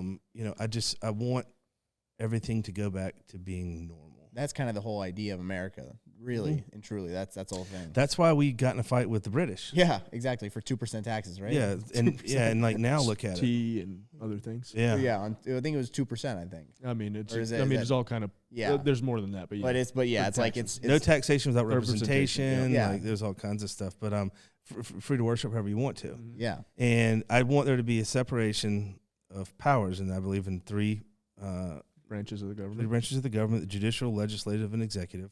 And I want them to function as the way that they were designed. That's what I want. That's what I believe in. I just wish all these people that were like just wanted the government to be in charge of their lives, like bureaucracy, to go up there and just spend some time around those people and like just if you would do that, you would just be like, what are we doing? What are we doing? I don't want you running my life. Yeah, I don't understand that. I really don't understand that. I guess that's more the thing that baffles me more than anything is like. A lot of people say, "Oh yeah, the government just knows best for me." I'd rather them just, they know what we should be doing. It's like they have no clue. They really have no clue. Just look at everything. Look at all the conspiracies over the past 4 or 5 years. Yeah, not really sounding like conspiracies. No, now, like, and then like you had the, man, dude. What a time to be alive. but people are like, oh my God, it's the end of America. Like, and you mentioned the Civil War earlier. That was pretty bad. It was pretty bad. And that was pretty bad. That was pretty bad. It literally did end for a little while. Yeah, I mean, and look at us now. I mean, my thing is educate yourself. Yeah. Educate yourself beyond the headline, like you're saying. Maybe get some context of what's actually going on. Yeah. And then figure out what you believe, and then let's talk about it. Versus, hey, you're crazy, basically. And also, of utmost importance is ask yourself why. Yeah. Like, why is this person pushing this initiative? Why is this person pushing this initiative? Like, why are these people trying to get this bill through, and why are they trying to do all this? And a lot of it is control, man. Like, the government and the agencies, they want control over you. Yeah. What do you think about the comment? We made these comments at work yesterday. We were talking have very similar conversations, like about people who do vote, who are somewhat with it, are voting with their checkbook. And my rebuttal to that was, you can't just do that because of the, me and my dad were actually talking about it as well, all of the little strings they'll pull to drop certain prices on things just for that election year. Like, I mean, I've noticed gas is cheaper right now. Gas and diesel are both very cheap right now for us. And that plays a part in how people vote. They're like, oh, Biden got the gas prices down, but you need to go back and look. Like, it went up, way up. Yeah. So of course he brought it down, but you almost don't remember that from 4 years ago. So the thing, yes, they try to manipulate economic data. Yeah. And prices make leading it up. Look a little better, better, to make it look better. Like stock market's up right now. Yep. Your 401k, people's 401k, their retirement. Yeah, but you got to look like at where was your 401k. Exactly. You know what I mean? Exactly. And then you look at the thing that gets me is the price of groceries. Yeah. Because I think it was gas, groceries, and retirement. I don't mean to sound like a D-bag, but like the price of groceries has zero impact on my life. It does not affect me. Melissa, if you were to see our grocery bill, you would think I was a billionaire. And I'm dead serious. Melissa spends a lot of money at the grocery store. I mean, like hundreds, or $300 per trip. Whatever it's looks crazy. good. No, just she's. And there's only 2 of you. Yeah, but she is. It's crazy what she buys. We eat a lot of berries. They're very expensive. She's a better cook than any restaurant where we live in Florida. But that's the thing that gets me, man. Is like there's 3 things that like kids, animals, and the elderly, and like those are the 3 things that are very sacred, and I think they have to be protected at all costs. Yep. And like we always play a game. How much is this? We go to the grocery store together, and like, what's this going to cost? $314, $275, stuff like that. And when we first started dating 5-6 years ago, it was like $150 at the grocery store was like a ton of groceries. Yeah. And then, I think I'm always like, how in the hell does a middle class family afford this? Anything. And it's like good, clean, healthy food. And like even a bag of Doritos is like $8, $9 now. That's nuts, man. Those are the things that really freak me out. It's like the average American family, the grocery prices, that has to come down. But one thing I've learned in business, when a large corporation makes X amount of dollars, they ain't coming They're down. not coming down. No. They're not. Like, they're not going to give it back. No. There's no way. They won't do it. Look at like Pfizer and Moderna and those big companies. Like heads are rolling there because their profits are I mean, they're not selling vaccines. Mm-hmm. And so now they're inventing new vaccines. They have to invent new vaccines. Also, here's something I want to know. Why are pharmaceutical companies allowed to run ads on television? Cigarettes can't. But I know. You can go buy cigarettes at the grocery store. Yeah. You can buy Dip, you can buy Zen, you can buy Vela, whatever you want. But a doctor has to prescribe. You can't go buy these. So why are they advertising on... It's like a new vaccine, this and all this. It's like, what are you guys doing, man? So what they're trying to do is they have to get their numbers up because they're driven. They have to answer to their shareholders. Yeah, you got Travis Pfizer trying to tell you get a shot that you might not want. Man, that guy. What's up with that? I don't get that. Super You're a football player. Keep playing football. One of the greatest People tight say ends. just keep doing CrossFit to us. Okay, fair enough. One of the greatest tight ends to ever play the game. Right. Fantastic guy. Yeah. And then the Pfizer thing, it's like, oh, man. Hey, man, what are you doing? And then, one, why are they allowed to do that? Like, that's crazy to me. And then, like, he just kind of seems like a dork to me. Yeah. But like, I really watched a ton of stuff. Maybe he does support it, I guess, but it feels like a money grab to me. I mean, I'm sure they're paying him a lot of money. Oh, I'm sure they're paying him a ton. No, he's doing it goodness of his heart. Angela, you're telling me you wouldn't get in that commercial if they paid you X amount of dollars? No way. No way. You're lying to yourself. I don't want to get if they paid you $5 million, if they pay you $5 million, you wouldn't get in that commercial. Oh, I wouldn't. We know Scott's. That's not true. Let me ask you. That's not true. Scott, come on. There's more important things in the world than money. You're lying. You would do it? Yes. No, hold on. I would do it You have for. to get the shots, though. You have to get the shots. Sure. Let me ask you a question. Oh my goodness. Let me ask you a question. If I gave you $25 million, would you take it? Yeah. If you knew that you weren't going to wake up tomorrow, would you take $25 million? If I knew I wasn't going to wake up? Yeah. No. Okay, then. But him appearing in a lot worse for a lot less. Do you see that exercise? Him appearing in a commercial doesn't mean he's going to die, though. No, I don't understand. No, it's a different. It's a different exercise. Like, what's your life worth? Yeah. You'd rather wake up than have $25 million. But I see the validity of both sides. $25 million and you only get to live for another 5 years. Hold on. How old are you? No, I wouldn't do that for 5 years. Exactly. How old are you? But I don't think that's the same argument. Oh, yeah. 20 years to him is like, that's so far that in the future he can't see that. Yeah. No, I wouldn't do it for 20 years either. But I'm saying it's not even the same argument. I think it is. He's not writing a death wish for himself. He's in a commercial for money. No, I'm not saying this. I'm trying to establish. I'm trying to establish what your life's worth. Yeah. We're trying to find, like, he's asking you, like, the next day, maybe the next week, maybe for a year, maybe 20 years. 20 years, yeah. Like, where's your number, years to money? Yeah. It seems odd. If I gave you $25 million and told you you're going to die in 20 years, would you take it? No. Okay, so we're smart. That's good. But I don't. You're going to die at 60. But I don't. No, I wouldn't do it then either. Okay. But I don't think those arguments are the same argument. I do. Would you? How about this? I think we're trying to get way existential on something. We're trying to be really Let me ask you specific with. one quick question, and then we'll change the subject. If I gave you, how much money would I have to give you to ostracize yourself from half the country? Not very much. Really? Nah. 50-50? Yeah, Scott doesn't I'm mind. pretty ostracized. Scott doesn't mind about 50-50 anyway. Well, you said like people are in Washington for power, money. I'd be the guy there for money, for sure. Scott's not going to lie about. He's going to tell you. Why do you know want what's the money so bad? Here's what's interesting.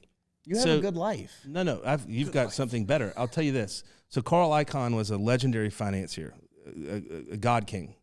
And at his 86th birthday, which was a year and a half ago, Carl said he's worth $20 billion. And he said, I'd give up $19 billion to be 30 years younger. Yeah. So you're 26? 27. Probably don't have a ton of assets, at this point in your life compared to what you can have.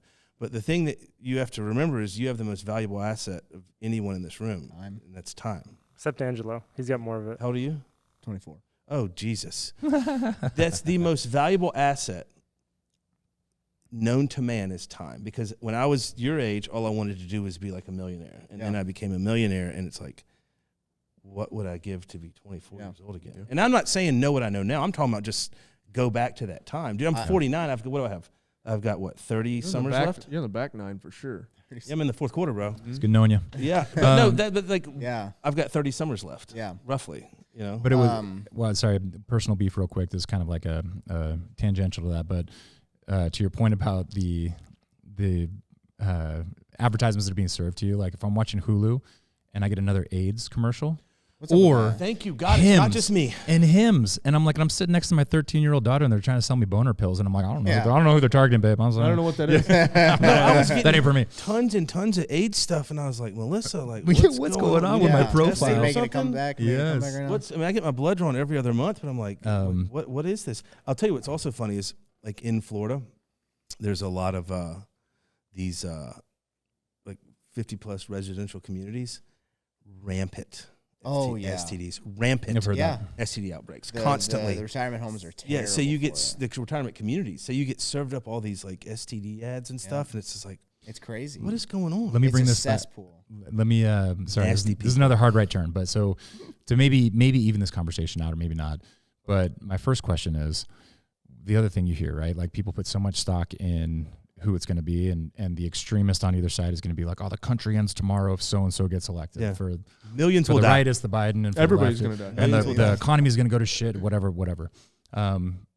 Is there any truth to that? In your opinion, I guess a better way to ask the question is the country absolutely destroyed if either of these candidates is elected? So it doesn't swing as much as they like to say by a presidential and you can't get that Yeah. much accomplished in 4 years. depends. I don't care who you are. It depends. Yeah. So if let's assume, based on the polls right now, Trump is leading by a pretty good margin. He's got a high probability of winning the election as it stands today. And we got a long time to the election. Long time, lot can happen. So if Trump gets elected and he gets control of the Senate and expands his lead in the House, you would think that there would be massive, massive change. Yeah. He had that first 2 years of his first election. Mm-hmm. Not a whole lot happened. Mm-hmm. Biden also had control of both during and not a whole lot changed. So what you want to look at, the thing that's most important for me is conservative judges. So if Trump gets elected and he takes control of the Senate, you will see a lot of conservative judges placed in positions, which can make a long-term impact. Yes, which I have. They will sit longer. Yeah, they're federally appointed. That's for life. That's for life. Yep. Which I don't necessarily agree with it, but then I also don't want judges running for election. Yeah, no. And then if Biden gets elected, so right now it looks like, based on polling, that Trump should expand his lead in the House. The House will expand their lead. We thought that too 2 years ago. Red wave, all that stuff, and it didn't really happen. That just how unsophisticated Republicans are. They did get control, and then he should expand the lead in the House. But the House controls the budget, so they have a massive amount of control. And then the Senate, he should get control of that. It'll be like 1, maybe 2 majority. But there's a lot of time, man. We don't know what's going to happen, and like I am predicting some type of black swan event between now and the election. Something COVID-esque, like last time? No, worse than that. I think there will be something. I think there'll be something. Something will happen. I don't know what it is, but there will be, because there's a lot of global conflict going on right now. There's a lot of crazy stuff going on in the world. Russia, Ukraine, Israel, Palestine, which is about to become Israel, Lebanon. That's about to kick off. If China invades Taiwan, all bets are off. Like that's a, and if that were to happen, I think it would happen before. If China wanted to rattle the cages and they felt Trump was going to win, that's something they would do. But the thing, you hear a lot about that. This is something. Why would they do that if they thought Trump was going to win? They won't. If Trump gets elected, they can't do it then. Israel conflict stops. Yeah, okay. Russia, Ukraine ends, and Taiwan's safe. But here's, for everyone listening about Taiwan, this is something fascinating. You can only attack Taiwan about 30 days a year. And it's not 30 days in a row. It's based on weather patterns. So the Straits of Taiwan, your seas are 27 to 41 feet. You're not putting an aircraft carrier in there. Then your winds are sustained at 40 miles an hour. And so you're not going to be able to fly stuff. There's some finite times. Like in a few days, they're like, we're going to a few days here. And it's a weather window, and you can't predict it. And then, like, if they were going to do sorties from mainland China into Taiwan, like, that's 200 miles. So it's 200 there, 200 back. The fighter jets can't fly that long. And then the thing that's really interesting and kind of cool is, like, from a defensive position, based on topography, Taiwan is arguably the most defensible piece of land on this planet. And Eric Prince breaks all this down, dude, and it is just an absolutely fascinating listening to him talk about it. But I think there are people that will want some type of black swan event before the election, to just as a Hail Mary. But like I said, man, there's a lot can happen between now and then. Yeah. But at the end of the day, as it goes the other way, there is this event, God forbid, or just whatever happens, a crazy public sentiment shift, and Biden is elected. In your opinion, like, again, so then you picture those next 4 years.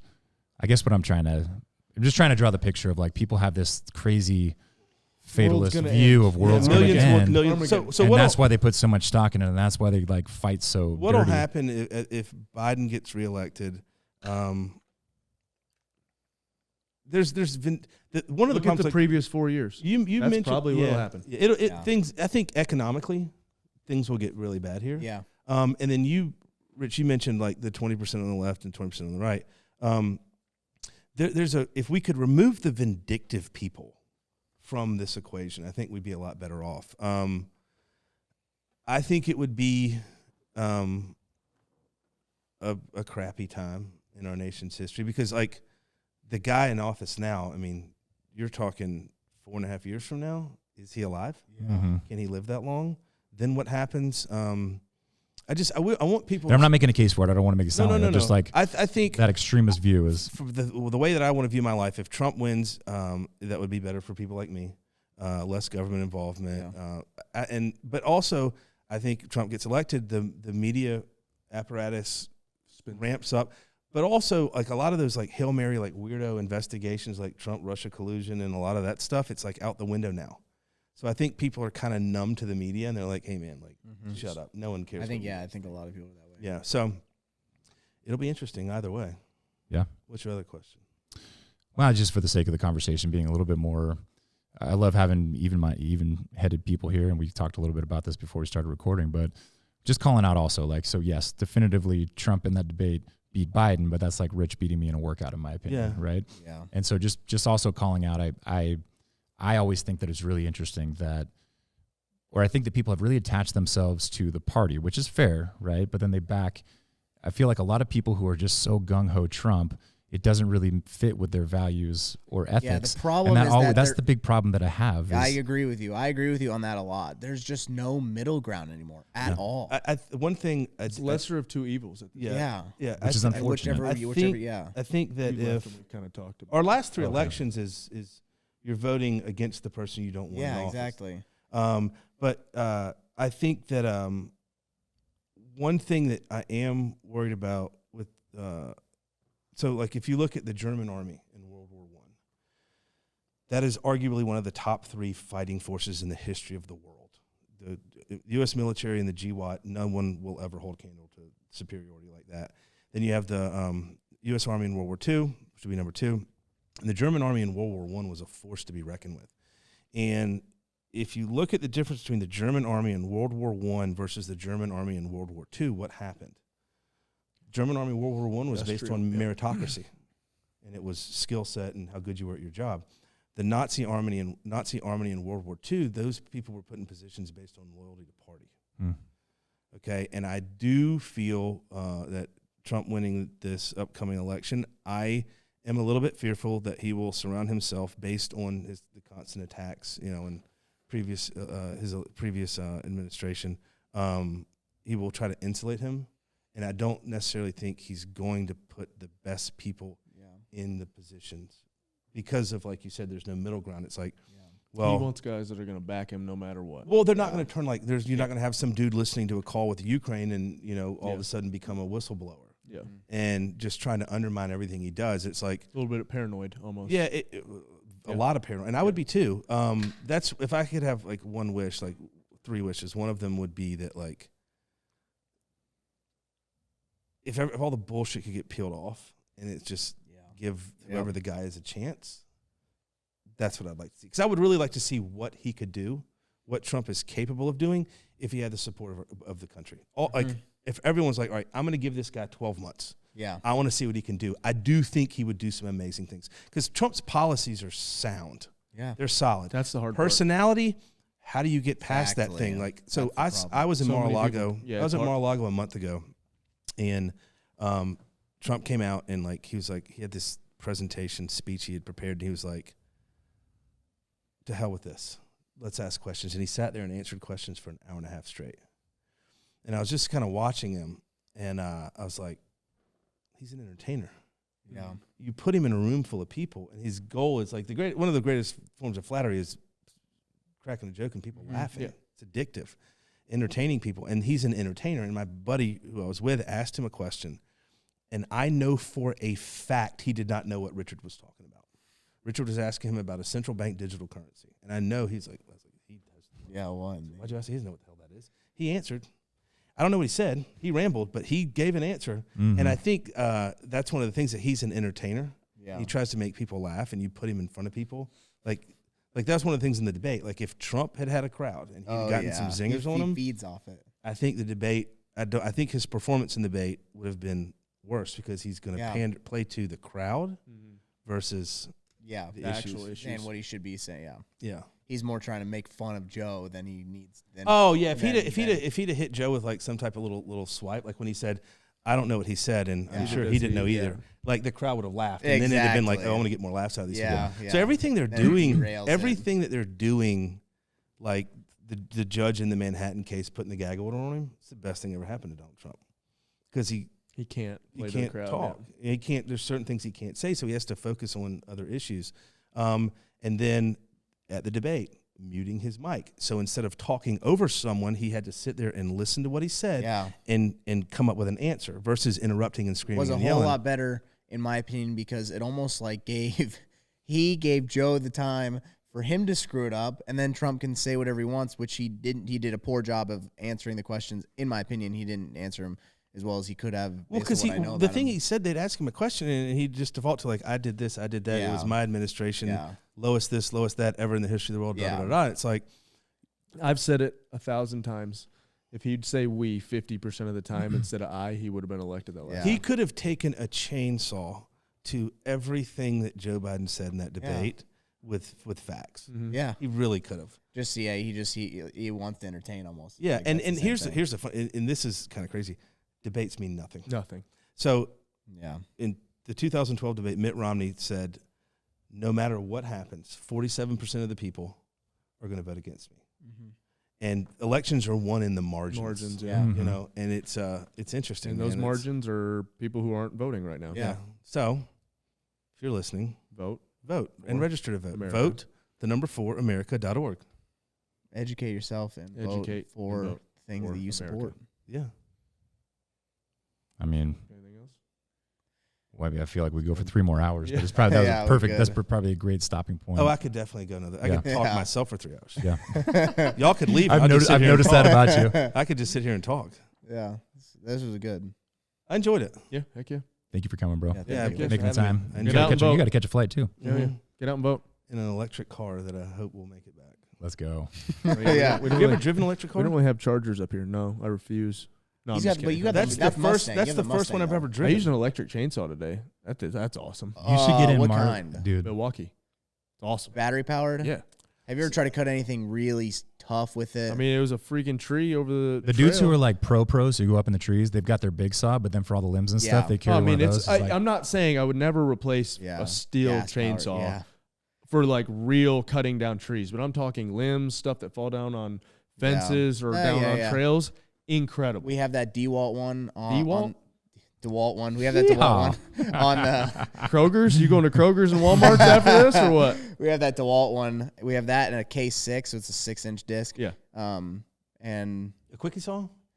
I guess. As a firefighter? Yeah. Tyler Gray, this show Seals on CBS. So Tyler was a Delta guy, and he got blown up the same operation Andy Stump got shot. And really bad PTSD, man, like really, really bad PTSD. Came back, pills, drugs, the whole 9 yards, alcohol, everything. And he was doing security at an event in L.A., and he was driving home at like 3 in the morning, and next thing he knows, he's stuck between 2 fire trucks, and his favorite Vietnamese restaurant's on fire, burned to the ground. And he's just like, how did I get here? And he hears a quickie saw fire up, which is what you Ours are the and the next thing he knows, he's in the stack, ready to go in the house, and like one of the captains, whatever's like, what are you doing? He goes, I don't know. And he didn't know how he got there. He just heard that, and he's like, and he goes, I don't have PTSD. I have adrenaline withdrawal. And that's what cured his PTSD, was that quickie saw. And that's what he realized was wrong with him. It wasn't post-traumatic stress disorder. It was just the life. But yeah, firefighters in a stack and a quickie saw firing up, and he's standing there in line like, we're going. The battery-powered ones are on me. Not good. Not good. Can't cut through a roof at all. No, a quickie. No, hell no. The thing, there was. I would get 6 inches in, and I had to pull it out, and it would bog down. Because you're cutting in a bind, man. Learn how to cut, dude. No, it was. I was cutting through sheet metal. Well, the quickie saw, you should be able to go through steel. I couldn't cut through anything. That I had that. You're and not very good at it then. Operator error. Definitely operator error. Really bad. Yeah. That's the arrow, not the Indian. Yeah, probably. But I have an electric edger, electric weed whacker, yeah, an everything electric in my house blower. Electric. The lawnmower's gas. Yeah. Which I am obsessed with cutting grass. Oh, bro. And come over to my house. I got a job my for you. next door neighbor is an elderly woman, and I cut her grass, and someone cut it yesterday. I was so mad. I am so mad. They scalped it. I was like, I had this thing You don't want to see my yard. My wife does our mowing. You don't like it? She just loves it. I love cutting grass. She loves it. I love cutting grass. Our neighbor drove by and said, "Hey," she always mows. I said, "You have to tell," because there's someone building a house across the street. I said, "You have to go over there and tell everybody working over there that you chose to do this. that it's not just that I won't do it. You like to do it." And of course, she's finishing up, and the guy across the street is like an old man. He goes, "You're always mowing that yard. If you ever need my help, just come over and ask." And I'm like, "Did you tell him that you choose to do it?" She Nope. No. I got Hour 10.